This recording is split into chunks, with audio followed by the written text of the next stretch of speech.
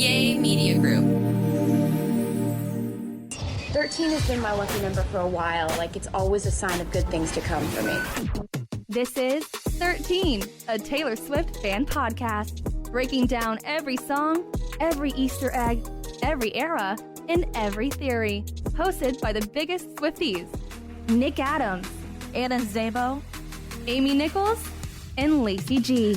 Welcome to 13, a Taylor Swift fan podcast. I'm Lacey G. I'm Anna. And I'm Amy. And today we are breaking down the smallest man who ever lived.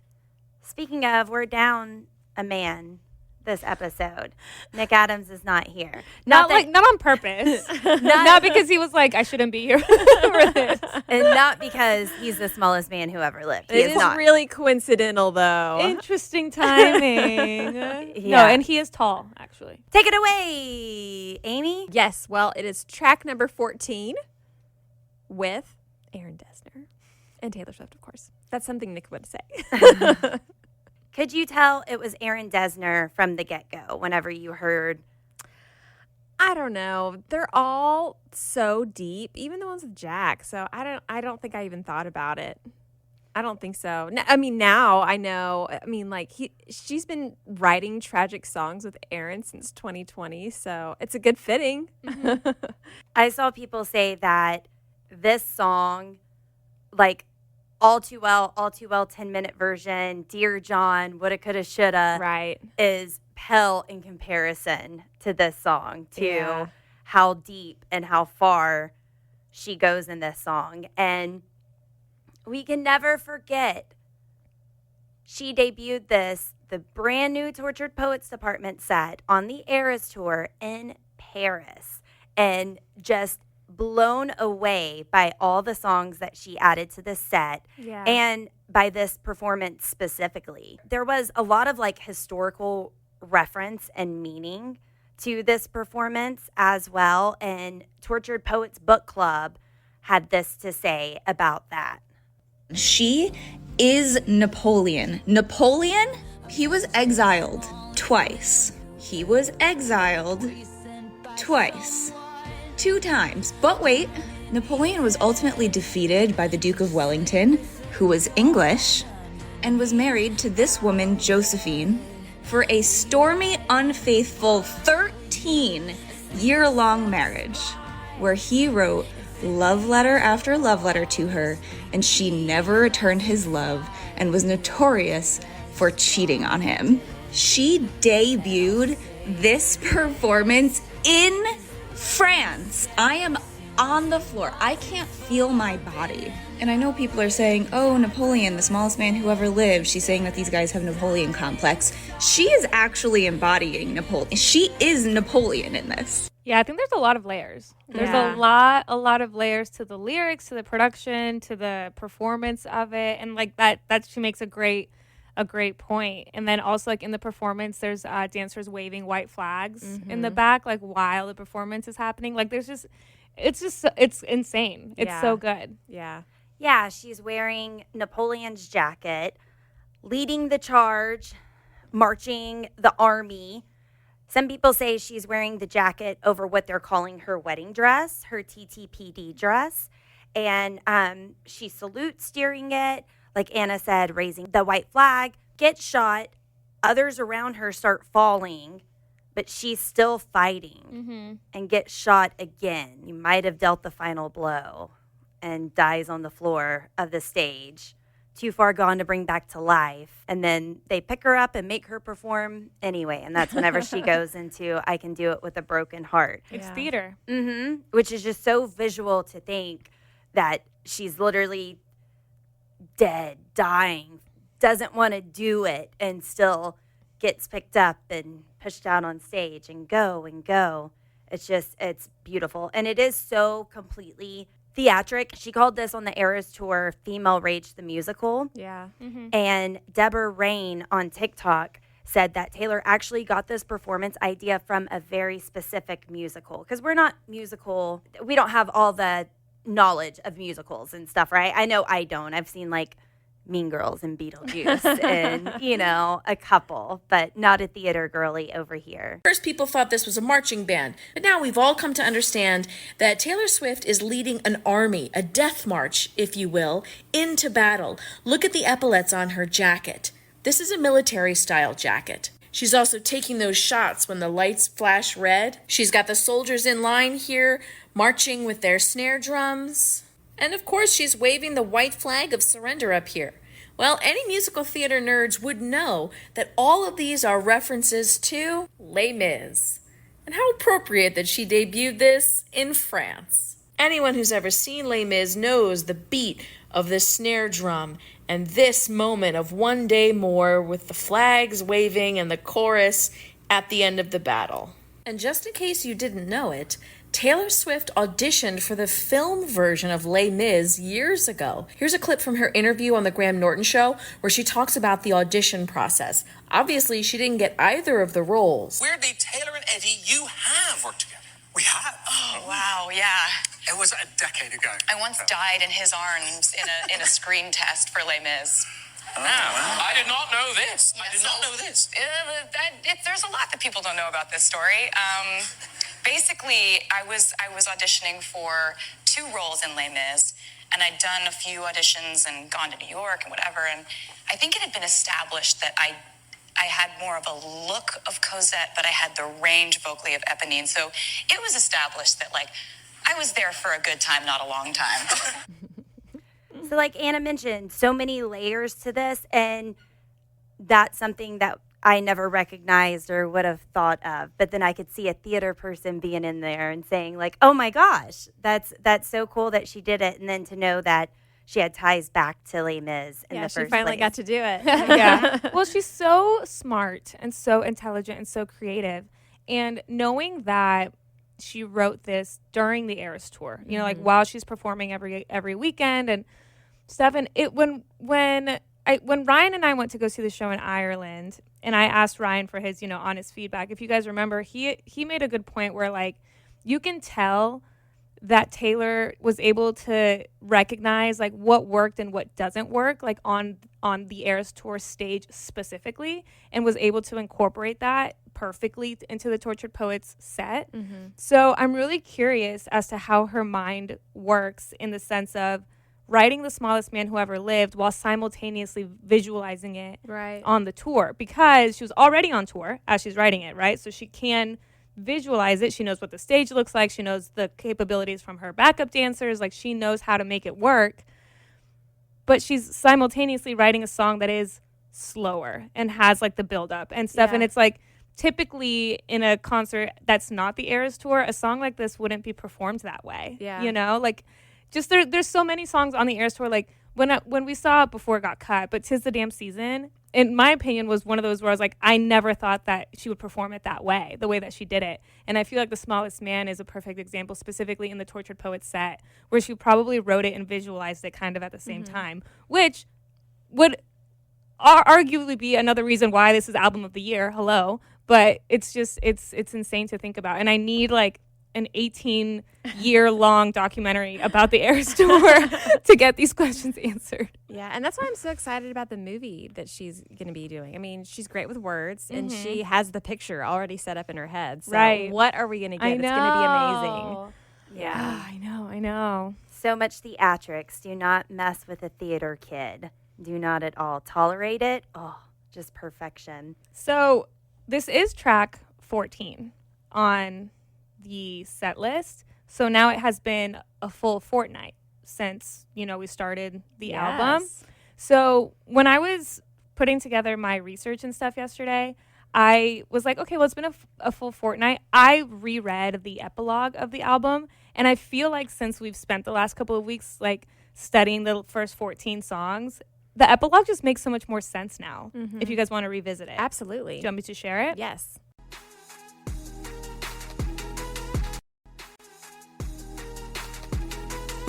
Okay, so taking everything that we've already talked about in the last 14 songs, right? Or last 13, this being the 14th. But in summation, a summary poem by Taylor Swift. At this hearing, I stand before my fellow members of the Tortured Poets Department with a summary of my findings, a debrief, a detailed rewinding, for the purpose of warning, for the sake of reminding. As you may all unfortunately recall, I have been struck with a case of restricted humanity, which explains my plea here today of temporary insanity. You see, the pendulum swings, oh, the chaos it brings, leads the caged beast to do the most curious things. Lovers spend years denying what's ill-fated, resentment rotting away, galaxies we created, stars placed and glued meticulously by hand next to the ceiling fan. Tried wishing on comments, tried dimming the shine, tried to orbit his planet, some stars never align. And in one conversation, I tore down the whole sky. Spring sprung forth with dazzling freedom hues, then a crash from the skylight bursting through. Something old, someone hollow, someone who told me he could be brand new. And so I was out of the oven and into the microwave, out of the slammer and into a tidal wave. How gallant to save the empress from her gilded tower, swinging a sword he could barely lift. But loneliness struck at that fateful hour, low-hanging fruit on his wine-stained lips. He never scratched the surface of me. None of them did. In summation, it was not a love affair. I screamed while bringing my fist to my coffee-ringed desk. It was a mutual manic phase. It was self-harm. It was house and then cardiac arrest. A smirk creeps on this poet's face because it's the worst men that I write best. And so I enter into evidence my tarnished coat of arms, my muses acquired like bruises, my talismans and charms. The tick, tick, tick of love bombs, my veins of pitch black ink, all's fair in love and poetry. Sincerely, the chairman of the Tortured Poets Department. I feel like that just makes so much more sense now. Like, we broke it down line by line at the very beginning of our Tortured Poets era, and we kind of were trying to, like, you know, understand what the album was like as a whole, because I do think it explains the album as a whole very, very well. But the further we get into each song, I feel like it just makes so much more sense. Yeah, whenever she talks about the guy who can't even pick up the sword, Yeah, can't even lift it, I'm like, that screams smallest man who ever lived. I like underlined some of the lines that I was like, this is specifically like smallest man. Also the bursting through, something old, someone hollowed, who told me he could be brand new. Like, that's like exactly what she's been trying to tell us for the past, you know, several songs. So it's just crazy how she just has such a poetic way with words. But it all just ties together as a entire work of art as a whole. I love that you put together that this song is an actual fortnight into the album. Yeah, I had forgotten. I forgot about Fortnite. It was so long ago. Yeah. It was 14 tracks ago. I know. We're a full fortnight in, and we're not even halfway there. I know. It's nuts. And the sigh. The sigh whenever she starts off this song. She's so beat down.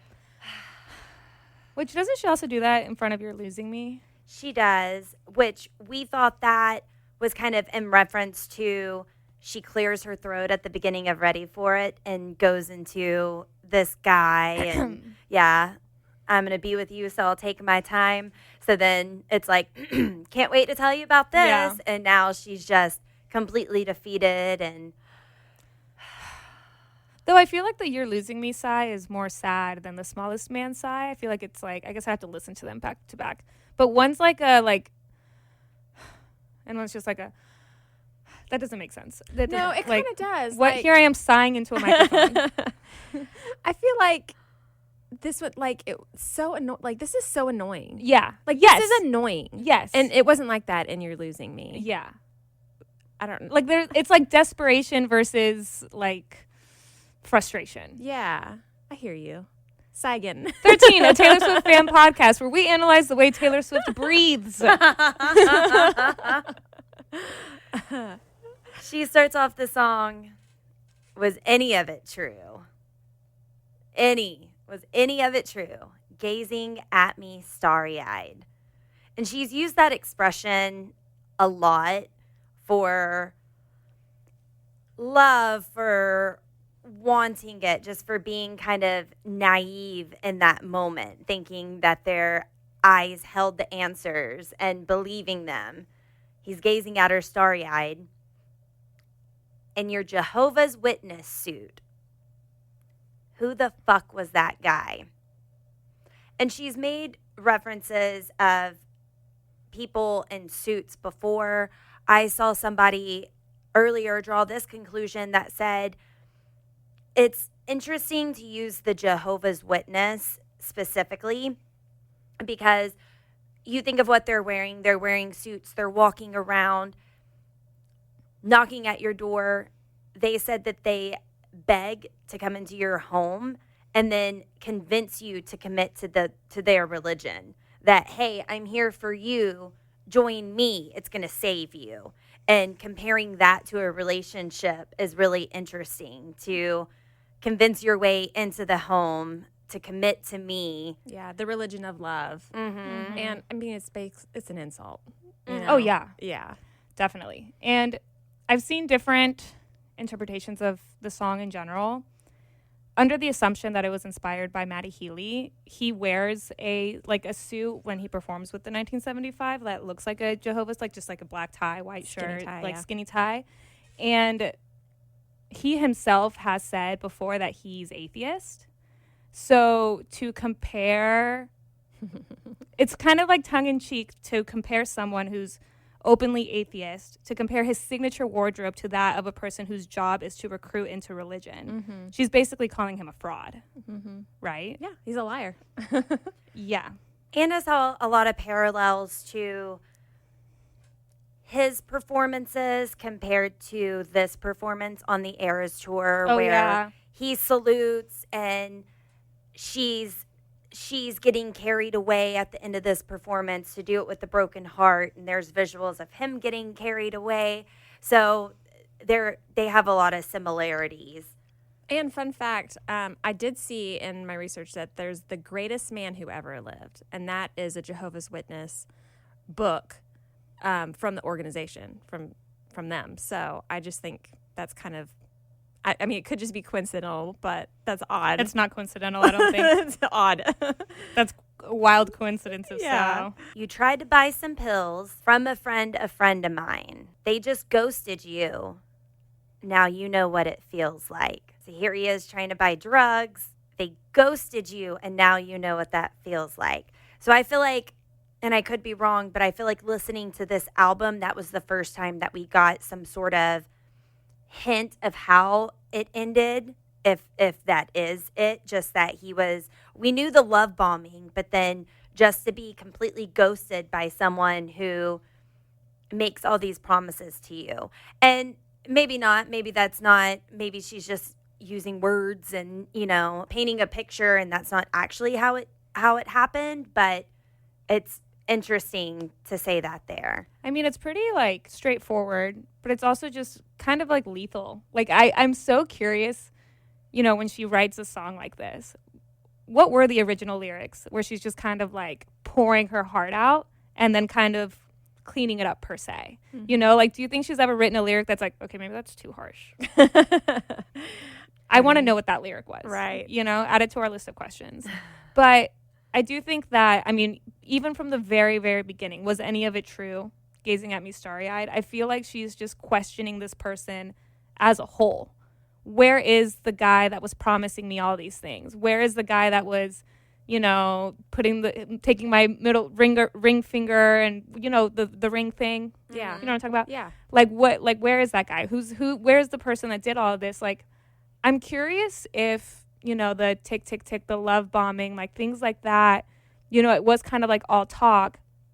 And then there is that very viral photo and video of Matty Healy at the Eras tour where he's like looking at her starry-eyed, essentially.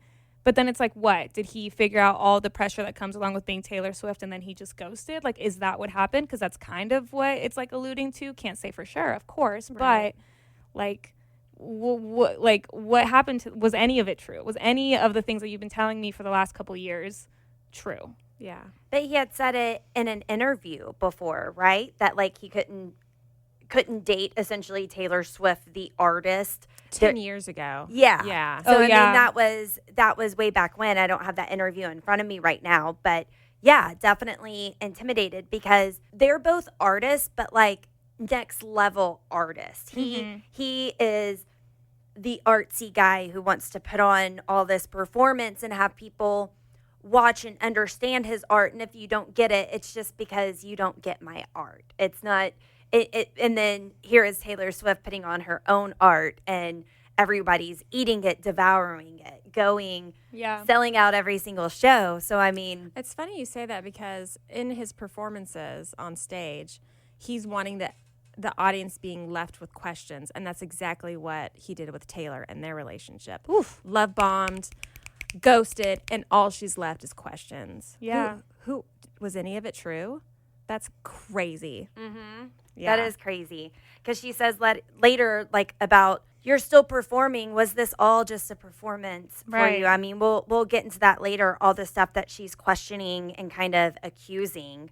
But it's also interesting because I was talking to Ryan about it, because I talked to him about all of the Taylor Swift stuff. But I was That's so cute. I know. Well, because I was just talking to him about it, because I was, thinking of the song "The Smallest Man" and like all this stuff. And I am a fan of the 1975, and I was telling, because we were talking, like, is that kind of hard as like a fan? And it's like, I've kind of chosen to separate, Maddie Healy and the 1975. Like, they're just different entities to me now. Yeah. Separate the art from the artist type of thing. Mm-hmm. But, I was talking about this, and I was like, yeah, it's like all this love bombing and all this stuff. And Ryan was like, I wonder what it was on her end that made her kind of not fall for it. That's not the right way to say it. But it's like, he was like, it's no secret that Maddie Healy, like, that's his persona. Like, everybody knows that he is this, like, tortured poet, like, like, type of guy. So it's like, what was happening behind, what was he whispering in her ear? Like, what made her, being the incredibly smart woman she is, fall into this and then be hurt in that kind of way? I know. And I was like, I guess it could also be circumstantial. Like, sure, because we know she was with Joe and was feeling starved. Yeah. So, I mean, sure, she's a smart woman, but don't you want to believe that someone loves you? And, yeah. I mean, why not? And that's Maddie Healy, the artist, not necessarily Maddie Healy, the person. True. That's Taylor Swift says, you know what I let you know of me. This is Taylor Swift as the artist. You don't really know me. The surface of me. Yeah, as much as you think that you do. So, I mean, you can be putting on a show and playing up this whole persona, but that's not really who you are. But there's nothing worse, in my opinion, or at least in my experience, than being gullible. I hate it whenever hurts. Yeah, whenever it's like, I trusted you and you did this to me. Now I just feel stupid because I feel naive because I thought you were better. And I'm not just talking relationships or loving relationships or something. I'm talking about in any instance where you think you can trust somebody and then they let you down. And it's like, how stupid was I to believe you in the first place? I know. And that's just a horrible feeling to have to go through. And then much less from an intimate partner. Then that brings another level of it. Absolutely. And it's also, like the smallest man who ever lived, like, that's the therapeutic section of tortured poets. Right.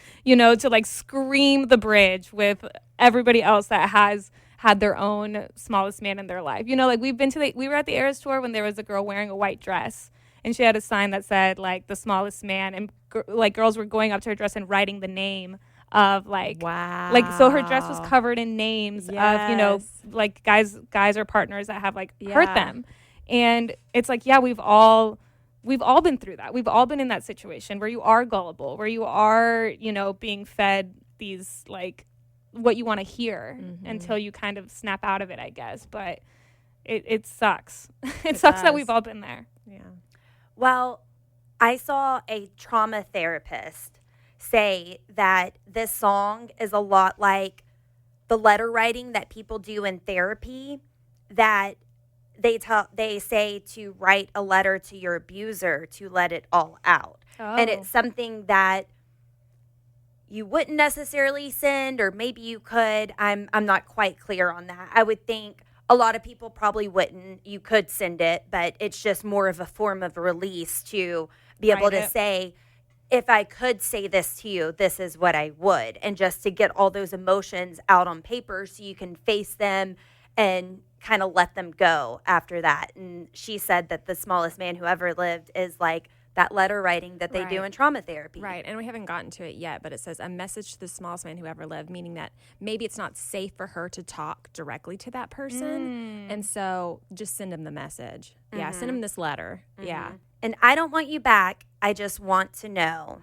if rusting my sparkling summer was the goal. That's like a hit to the chest, right? Like the Sparkling Summer being the Eras tour. And for someone to rust that, like, that breaks my heart. Yeah, he felt threatened and had to do that to her. Yeah.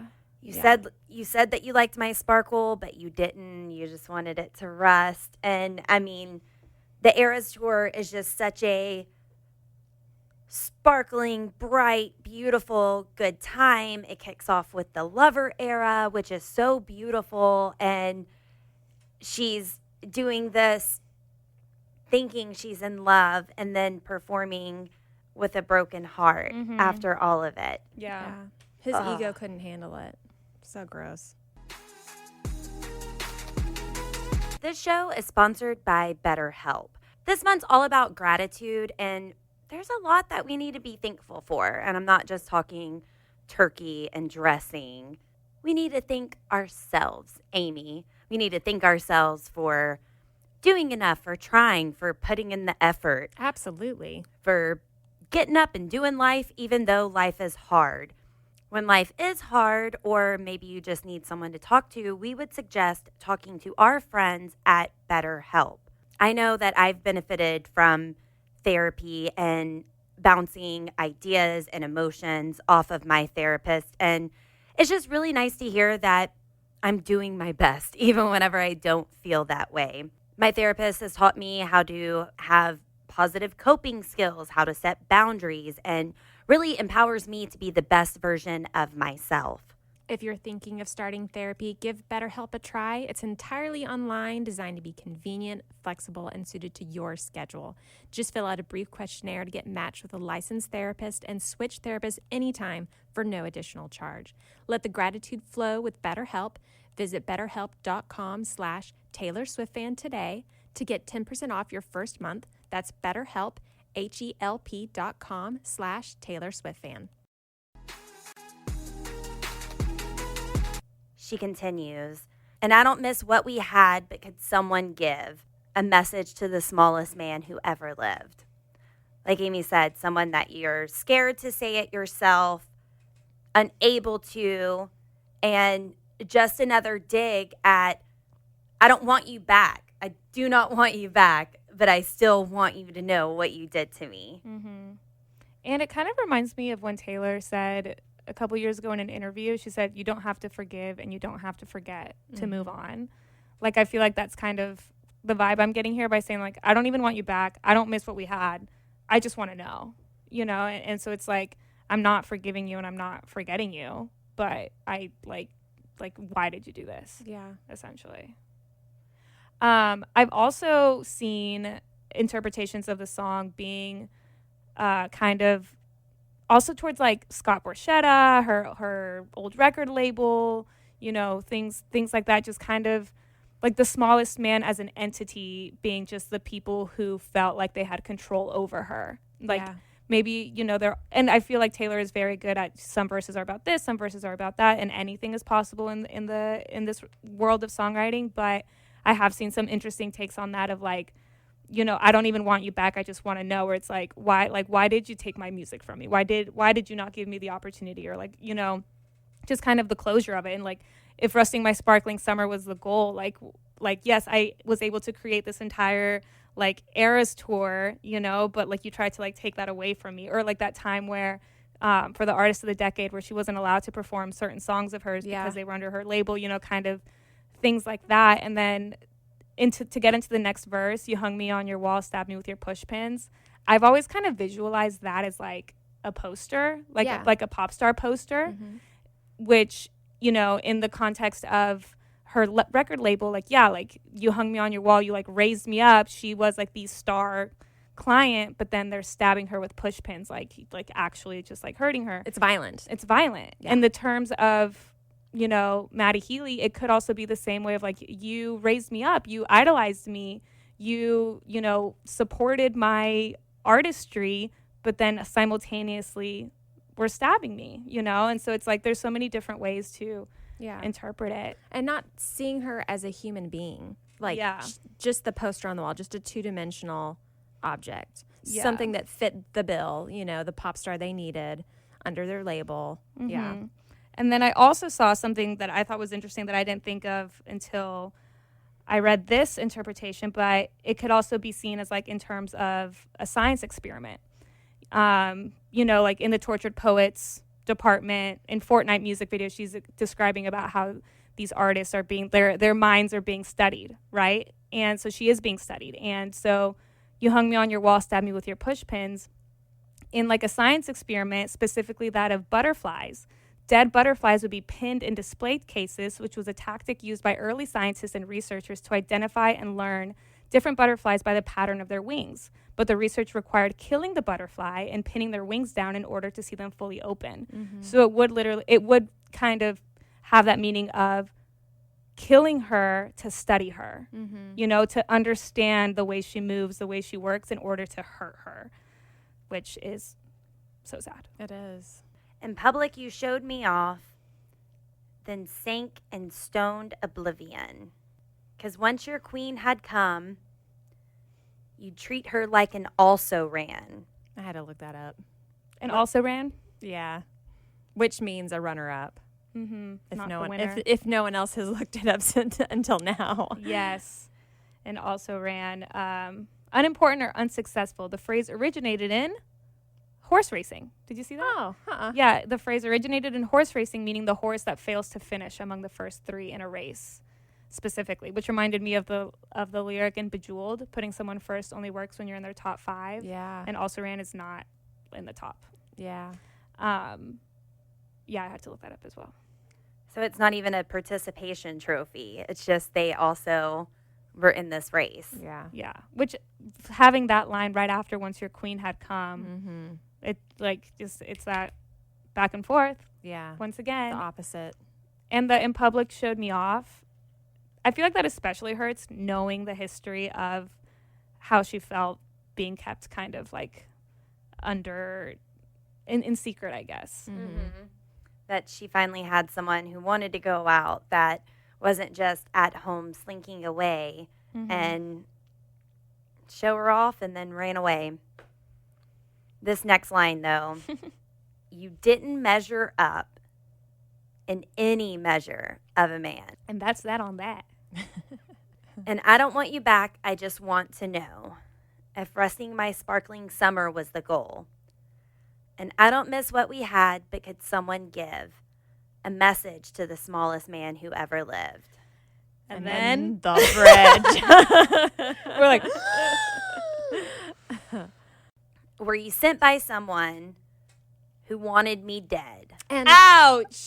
And just a note that the production Yeah. and the pacing changes up, and it's everything. Oh, it's that build-up. Yes. That build-up. Because that first time that we were like, message to the smallest man who ever lived, and then it kind of stays quiet. Dun, dun. Were you sent by someone? It's just therapy. And the drums come out. Yeah. It completely elevates the song. 100%.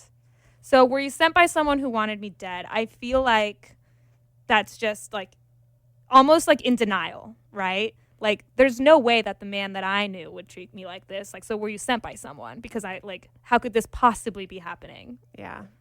And by somebody that hates me. Were you sent by someone that wanted me dead?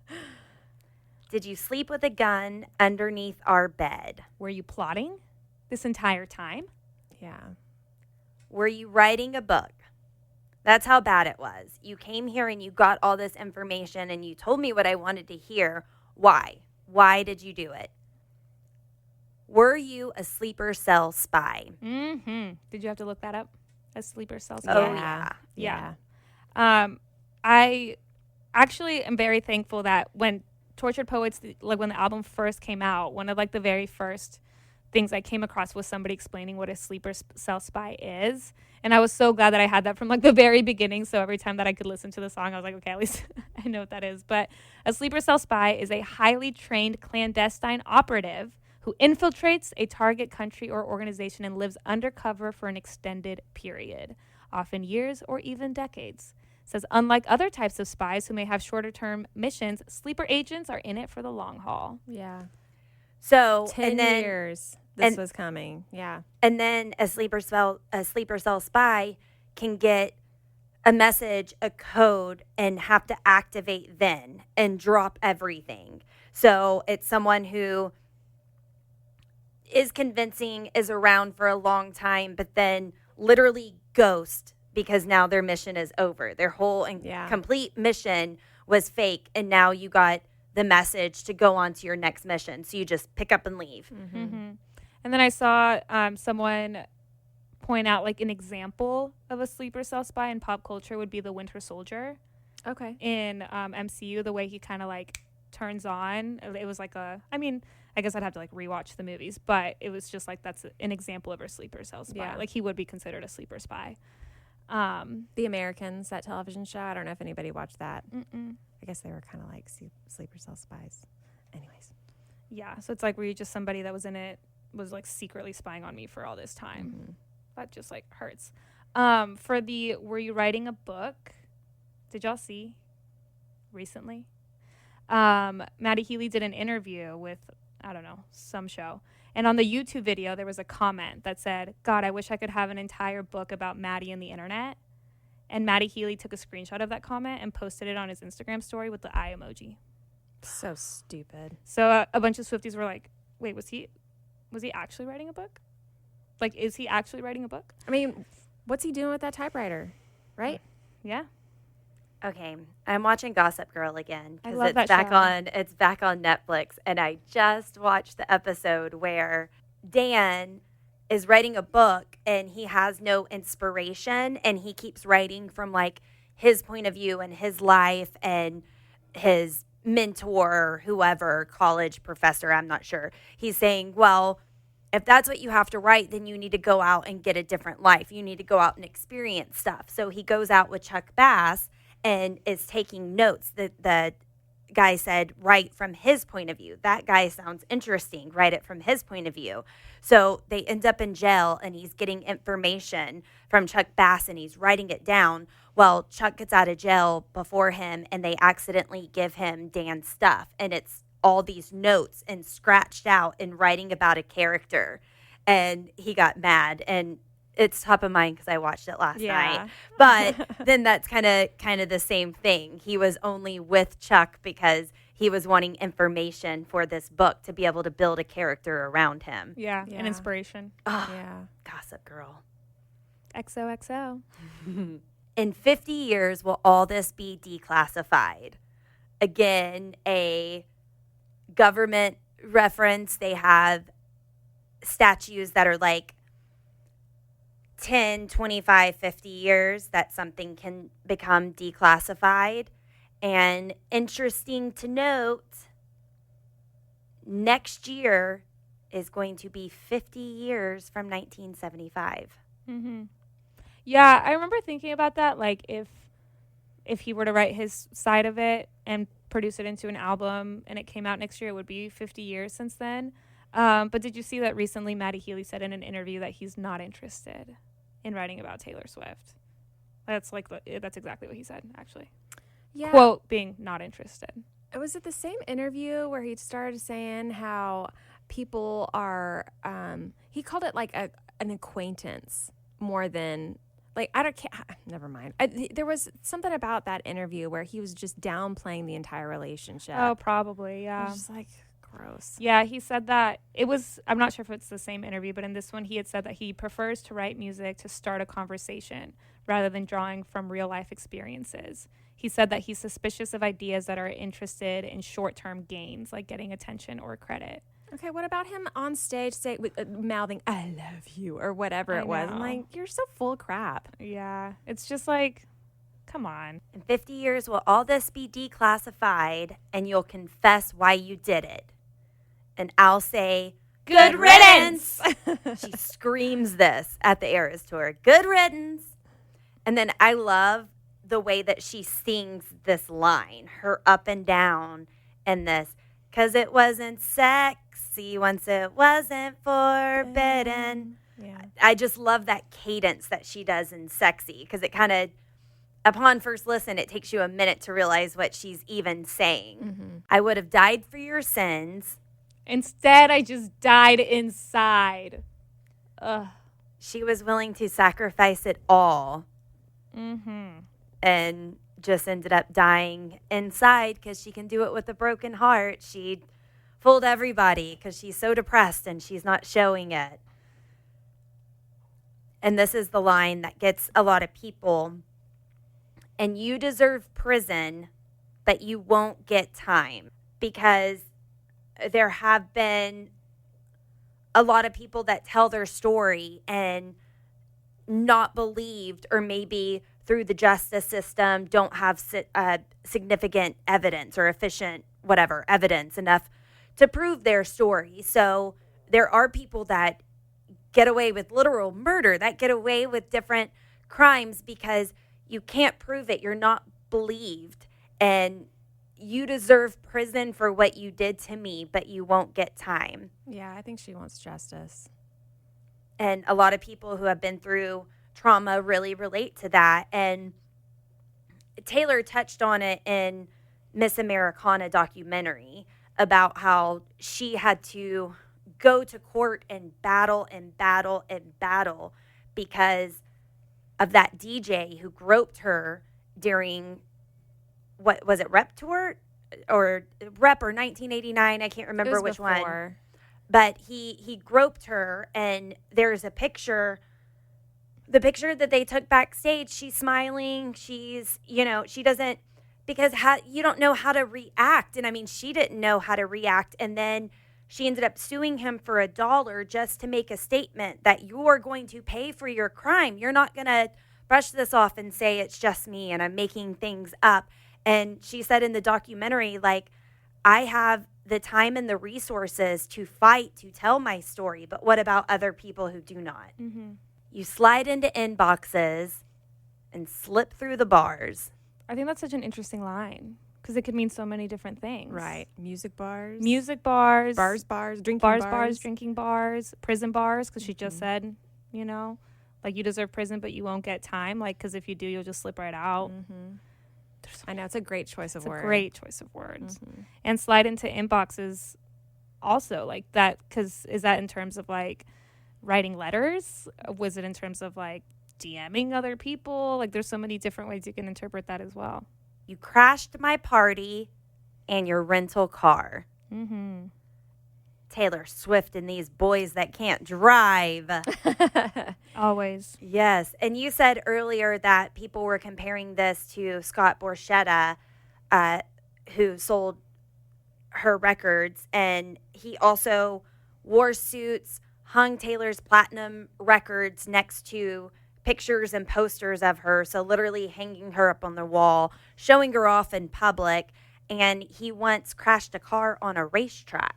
Oh, really? Mm-hmm. She also, and I'm going to get you back, she said, I'm an Aston Martin that you steered straight into the ditch, which I think is something to note. Also, a rental car is something you don't plan on keeping. You know? Mm-hmm. You don't give that back. Mm-hmm. I'm just going to have you for a little bit. That's great. I've said Grush 25 times in this. It's the picture she's painting. I've listened to this song and never put that together. Like, I know what a rental car is, but I still never thought about it like that it is just your temporary car that you have to return. You're not buying it. You're not committing to like it. Like her being the car is what you're saying? Yeah. Yeah. That sucks. He just used her for a little bit and moved on, turned her in and moved on about his day. Yeah, it's like for a minute. In Florida where she says timeshare, that your home's just a timeshare because it's nothing that you're going to commit to. Very interesting, Amy. I also like the way that she sings and rhymes these next two lines. Yeah, me too. You said normal girls were boring, but you were gone by the morning. And that just shows like the quickness of this relationship. Like we said in LOML, you said you never leave. Goodbye. I don't want other girls. They're normal. They're too boring for me. I like you. You're tortured. But gone by the morning. You kicked out the stage lights, but you're still performing. Yeah. And she screams that too. But whenever I'm listening to this song, that means I'm screaming it because I perform the Eras Tour version in my car. Yeah, me too. You got to scream at the right parts that she screams. You got to do the note change whenever she does in the one. Yes. So you kicked out the stage lights, like being a metaphor of what? Like her? Like the light that she was giving him? The stage lights of like, oh, was this all just like a play? Like this whole thing was all fake? Yeah, I took it as like the relationship's over and he's still acting. Mm-hmm. Like it wasn't even anything. Yeah. Like in that interview. That interview was so annoying. And in plain sight, you hid because you are still performing. You're out in public. Nothing's a big deal. And in plain sight, you hid, but you are what you did. And I'll forget you, but I'll never forgive the smallest man who ever lived. I do think it's great that but you are what you did is such a 180 from Innocent, where she says, who you are is not what you did. She's over it. People are not innocent anymore. Yeah, you are guilty. She's forgiven one too many. Yeah. So I found a Swiftie that has the handle for Folk Lovermore. Oh, nice. And they also made the point of like, you know, this being track 14, it being a full fortnight, they were able to find reference lyrics from all the other songs to this bridge, if you wouldn't mind me sharing. Yeah. So this is from the number 4, Folk Lovermore. So were you writing a book? You left your typewriter at my apartment. Mm-hmm. In 50 years, will all this be declassified? Who else decodes you? From Tortured Poets. You crashed my party. Could also relate back to the camera flashes and welcome bashes from Fresh Out the Slammer. And I'm so depressed I act like it's my birthday. Like you crashed my birthday party. In your rental car. But Daddy, I love him. She says, I'm telling him to floor it through the fences. Once your queen had come, you treat her like an also ran. I'm queen of sandcastles he destroys. Mm-hmm. Was any of it true? LOML, I'm combing through the braids of lies. In your Jehovah's Witness suit, in your suit and tie, and in the nick of time, you low down boy, you stand-up guy, from LOML. I just want to know if rusting my sparkling summer was the goal. In Down Bad, did you really beam me up in a cloud of sparkling dust? And also, I can do it with a broken heart in her glittering prime. The lights refract. Sequin stars offer silhouette every night. You hung me on your wall, stabbed me with your push pins.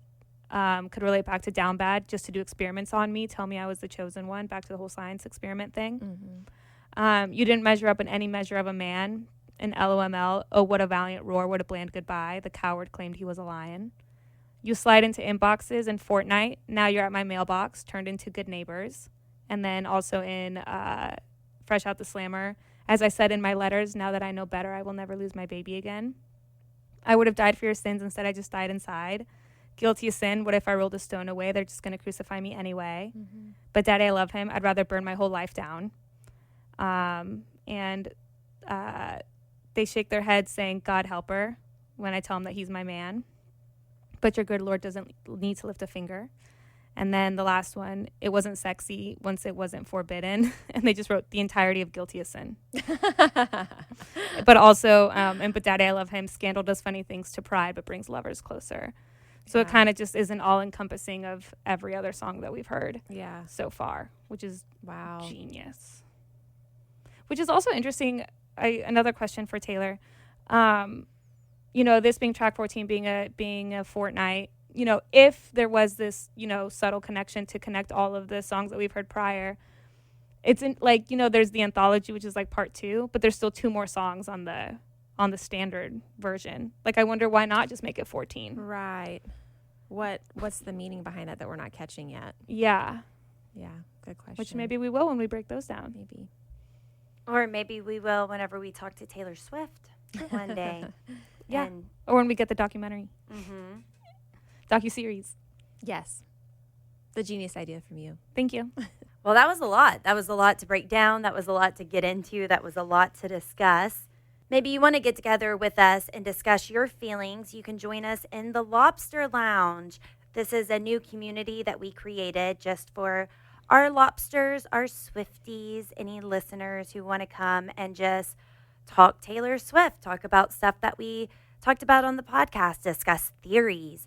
Come join us at station.page/13. You can join there. We're going to be doing giveaways. We're just going to be talking, getting to know Swifties in there. I've had a good time scrolling and seeing what people are saying. We've had a couple of people from the Netherlands, from New Zealand join and tell us that we're there. So cool. Yeah, so it's been fun talking with people. So make sure and join us in our Lobster Lounge, station.page/13. We'll have the details and the link in the description of this podcast, as well as on our website, the13podcast.net. But we'd love to hear from you. Let us know that you're there whenever you join. You can post a thought, post a comment on our general page, and we just love to hear from you, like getting to know all of our people who are listening and love interacting with y'all.